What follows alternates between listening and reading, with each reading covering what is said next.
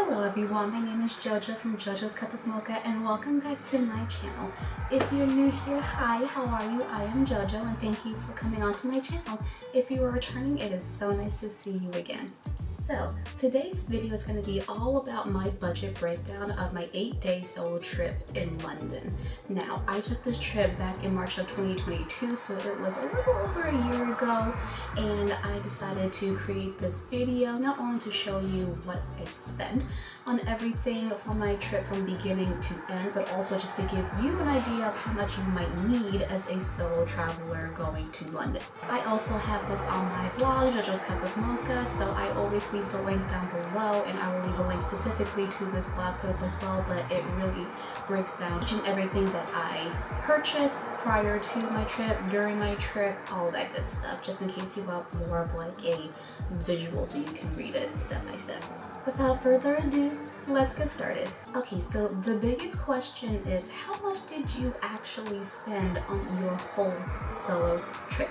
Well, for the whole 8-day solo trip to London, from start to finish, it cost me about $2,352.39. Now, I know, like I said, that sounds a lot, especially for one person for 8 days.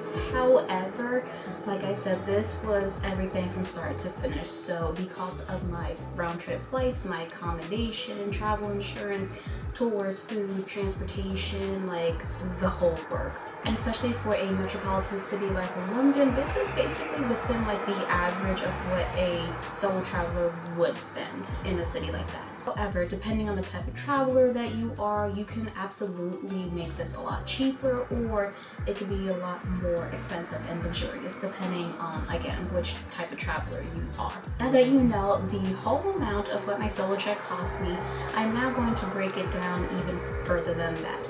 What I'm going to do is I'm going to be discussing my pre-departure costs and the costs that I incurred during my trip. And then I'm going to talk about how all of that calculated together and what I think would work for you. Starting with my pre-departure costs. Now, you have to remember it's 2023, July of 2023. It's actually the 4th of July, so happy 4th of July, everyone, for all of my lovely Americans out there. But at the time, in March of 2022, the COVID pandemic was still a thing. It was labeled a pandemic. Nowadays, it's not labeled as a pandemic anymore, I am positive. However, because of that, you still had to do COVID tests, you still had to get, a lot of things in order for you to enter certain countries. Back then, England specifically, in addition to the UK, but of course the specific country I was going to within the UK was England. So England had its own set of requirements, especially with COVID, which kind of added to the cost of my trip. So back in 2022, March of 2022, or prior to, I should say, and I'll tell you why in a little bit, if you were fully vaccinated, you still had to book and pay for a COVID test to be taken. I believe it was up to 3 days after you arrived in England. So you didn't have to take it before, but you did have to take it after, and you also had to show proof that you were fully vaccinated. And according to my research, depending on the type of, test that you took, like the PCR or, the quick one, depending, I don't think it really necessarily mattered as long as you had a COVID test and you could show that it was negative. It would have cost me anywhere from about £9 to about £49, which, in American dollars, that was maybe about $10 and some change to about $55, dollars and some change.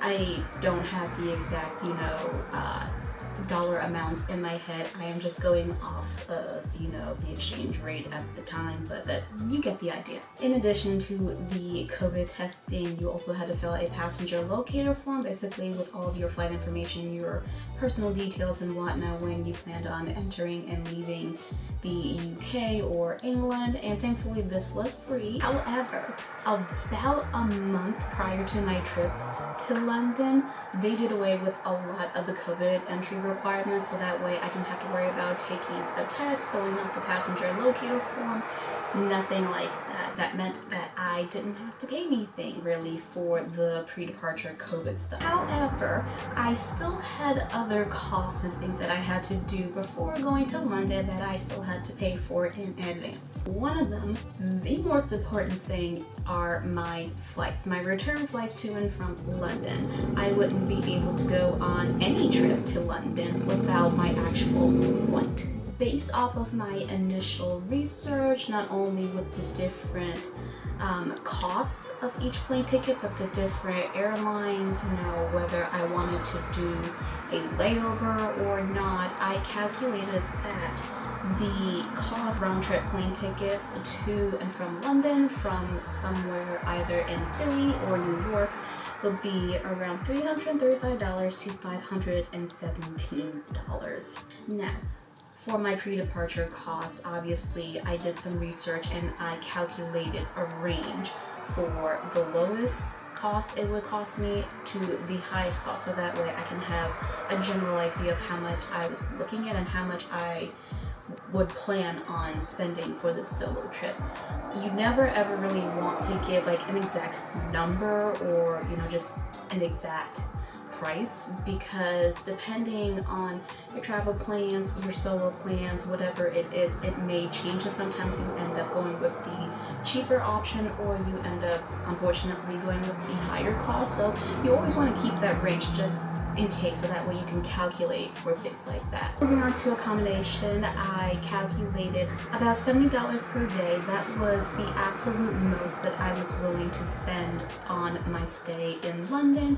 I know London is very expensive, and I looked into Airbnbs, hostels, hotels. I do have family over there, but unfortunately, they have families of their own. They don't really have room for me, which is completely fine. I wouldn't expect them to put me up in their homes anyways, but still, I checked out that option, and it's just a no-go. Travel insurance. This is super duper important, especially if you're traveling internationally. I looked into a variety of different types of travel insurance, especially not only for the medical aspect, obviously, because you were still, in COVID times, so I wanted to make sure that was covered, but also for my electronics, like my lovely Lumix GH5 that I am filming on. It is a very expensive camera, and I also had a few other electronic devices with me, and God forbid something would have happened to them, it would be very expensive to replace all of them. So I wanted to make sure that that electronics component was reimbursable.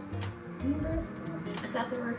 It could be reimbursed with my travel insurance, let's say. And based off of the different companies that I was looking at, I calculated about $20 to $60 overall for insurance, not only for the medical and electronical aspects, but that included the whole duration of my stay in London as well. For transportation, because I knew this was going to be a pretty city-dominant trip with a few day trips here and there, but primarily, involved in the city. That meant not only walking around, but taking public transportation like the bus, the tube to places. So I calculated about $20 per day, or about $180 for the whole duration of my trip. So my day trips and activities allowance, I decided would be about $300, because I wanted to do some day trips outside of London, and I also wanted to do a specific activity in London, which when I was looking at it, it was a bit on the more expensive side.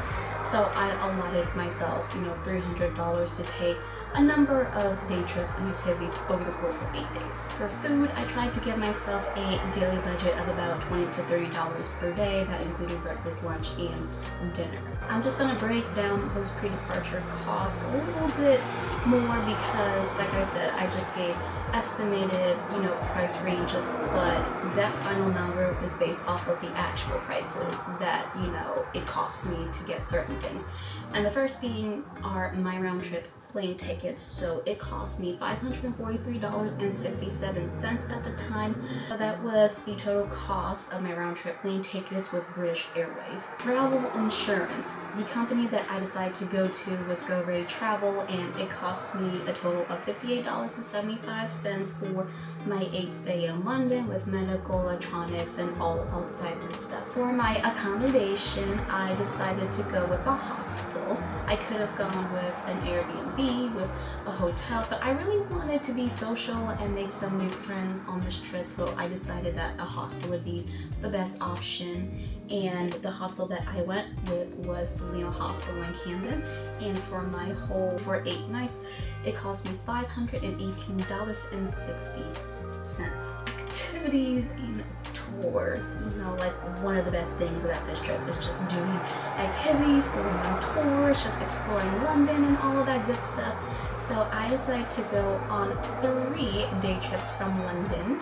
I decided to go with a hybrid of Windsor, Oxford, and Stonehenge day tour from London. I also decided to do a tour of the Cotswolds, and I decided to do a tour of South Downs in the Sussex area where the Seven Sisters were, and a few other cool little hidden gems. In total, all 3 of those day trips cost me $335.79. And I also decided to do the view from the Shard, which, I feel like you have to do it once in a lifetime, like when you go to London. That's just like one of the things that you should do, but you don't necessarily have to do every single time you go back to London. That cost me $62.58. That was with tax included, and I also opted to do the free glass of champagne because, well, why not? So altogether, my trips and activities cost me $398.37. Since my original allowance for my day trips, my activities, was about $300, I definitely went outside of my intended budget for that, but you know what? That's okay. It is what it is. In hindsight, I had a great time, so no regrets here. The actual cost for the whole pre-departure trip was $1,519.39. And that is based off of the specific airline that I went with, the specific flight, the specific accommodation, and the prices. I like to book things in advance, especially during that time, so that way if anything were to change, I had time to do so. And I just like booking as many things as I can in advance because travel anxiety. Next was transportation. Total, this cost me $285. That is a lot. However, whoa. That included not only filling up my Oyster card, but it also included the number of trips that I took within London to and from the airport on, through Uber. When I was able to, I tried to do as much walking as I possibly could, and I tried to use, the bus and the tube. However, sometimes, depending on the circumstances, when I was definitely returning back to my hostel late from my cousins, sometimes, if you live in London or you know of London, at a specific time, like at midnight, the tubes close, and then you can take the buses, but sometimes they're not always, back to back like during the day. They're very spaced out, but they are an option.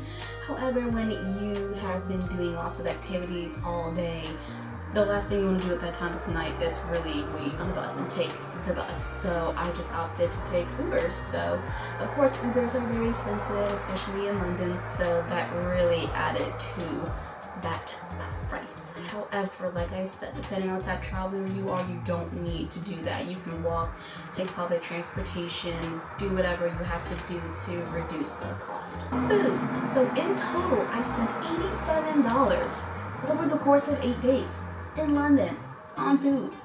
Like, what the hell? I like to think a big part of this was contributed to the fact that I bought snacks in Sainsbury's. So for my day trips, I knew we were going to be out and about. We weren't always going to necessarily have the time to stop and eat. So I went there and I got quite a bit of snacks. And for 3 days, and obviously for the next few days here and there, I used those snacks and I just ate whatever I had on hand with me, so that way I, ensured that I was eating, and it really cut down on the cost, because let's be honest, it could have been a lot worse. And then when I did eat, when I went out to buy things, it was usually just like a croissant and a coffee for breakfast, or like pasta, maybe a drink and maybe a dessert. I didn't always get dessert, but it was something very simple. I can't eat a whole lot. So I really didn't eat a whole lot. and I didn't spend that much on what I was eating, so there you go. And then I spent $151 over miscellaneous things such as my COVID test, because at the time I had to take a COVID test to get back into the US, so I had to pay for that. This also was due to the souvenirs that I got, and just, you know, like a picture book from the view of the Charlotte. I want it, and if I want it, I could get it, so yeah. So in my original budget calculations, I didn't include this in there, but I decided to take $340 with me, and that was just extra spending money because even though like London, the UK, Europe, they're pretty like ahead of the US in terms of, you know, contactless payments, or, you know, tap and pay, whatever you want to call it. So a lot of the times, you know, that's the primary option, is to just tap and pay. However, even though I had money set aside for that, I don't always like paying that way. Sometimes I just want to pay in cash, and I knew that I was going on a lot of day trips and things like that. I wanted to fill up my Oyster card, and I wanted to pay for that in cash, so that's another reason why I took out that money. But also, you never know what's going to happen, right? You never know, like God forbid, if like your card is stolen, or even if they have like a, you know, tap and pay feature, sometimes it's not always working, or your card or your phone just doesn't work. It's always good to have some cash set aside as backup, just in case. Like, you never know. And there are certain situations where like you go on a day trip, or you're paying for transportation or entry fees, like you're doing something that requires cash only, so it's always good to have that just in case. But that is just in case. I don't know if I'm going to actually use any of it, all of it, some of it, so I didn't want to really include that in the, you know, estimated budget that I wanted to have for London, because like I just didn't know. That was just money set aside, and if I didn't need it for anything critical, then I could spend it on whatever if I really wanted to. But the primary purpose, at least for me, for my budget costs, you know, like my estimated budget cost and breakdown, is to really get the essentials of what I need to get paid for done and broken down, so that way I can see where my money is being allotted to, and I can keep an idea of how much I would need to save up and I would need for a trip like that. When you're calculating your own budget, if you want to include something like that in there, by all means, you know, go for it. However, I did include the money that I did spend from that extra side money into the final cost of my trip, because I did end up using some of it.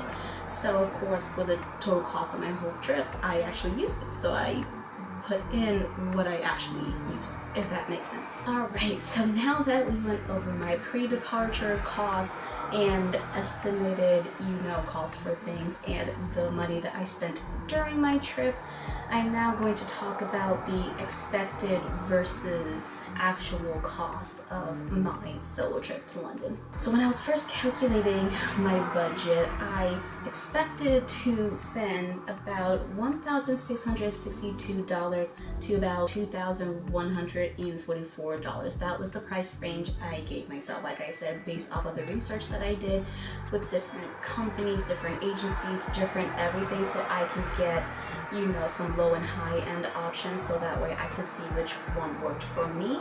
That was the estimated range. That didn't include, like I said, the extra money that I had on the side. The actual cost of my trip, including the money that the extra money that I ended up spending, was $2,352.39. Was I completely out of my budget? A little bit, by a couple $100, give or take. But I don't think it was really that bad. It could have been a whole lot worse, because I studied abroad in London before and I know how expensive it can be. So for the cost of every single thing, from travel insurance and flights, you know, to food and stuff, I think I did pretty good. However, if I didn't have that extra money with me, I would have still been okay. I just wouldn't have gotten, you know, like extra pictures and extra souvenirs and things like that, you know, like it's not really a big deal. But if I didn't use that extra money, I would have spent $2,042. So that means that like when I have that extra money, out of $340, I spent $310. That's where that extra money went. But like I said, a lot of that money, it went to paying, you know, or I should say tipping the tour guide, getting souvenirs, you know, and filling up my oyster here and there. Like, it was spent on things that weren't really like a necessity for me. Like, I didn't have to, you know, tip the tour guides or anything like that, but I wanted to. Like, that's, you know, the nice thing to do. By the way, you know, that's how much I spent. You know, the budget cost versus the actual cost for my 8-day solo trip to London. Especially if you're doing a similar solo trip to London, I would recommend, like I said in the beginning, you know, allotting about $1,600 to $2,400 for your solo trip. And I think you could be as frugal or as luxurious as you want to be. At the end of the day, this is your solo trip. You do you, and if that means staying in the coolest, most luxurious place available or staying in the cheapest accommodation that you could find, this is your trip, your journey. Do what you want to do. So that's it for this video. I really hope you guys liked it and found it useful, so that way you have kind of like an idea of how much it will cost if you're doing a similar solo trip to London, especially if it's around 8 days. Please leave a like, hit subscribe, and click the bell to receive notifications of when I upload videos like this. I really had a great time doing this and filming my London vlog series. I will leave a link up here to the playlist so that way you can see I got up to over my 8 days in London, and I will see you in the next one.